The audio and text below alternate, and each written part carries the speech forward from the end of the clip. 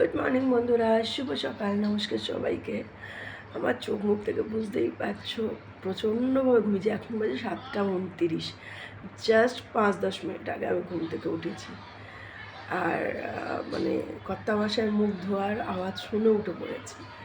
জানি না কেন, মানে কালকেই আমি তোমাদের বলছিলাম না যে সকালবেলাটা এত ঠান্ডা থাকে, এত ভালোভাবে ঘুমোয় আর ঘুম থেকে উঠতে চাই না। আজকে ভোরবেলা উঠেও একটু পরে উঠবো করে সেই দেরি হয়ে গেছে। আর এই দেখো কর্তামশাই নিজে নিজে চা করে মুখ ফুক ধুয়ে নিয়েছে, যার জন্য এই দুধ চাটা আমি আরও একসাথে খাই।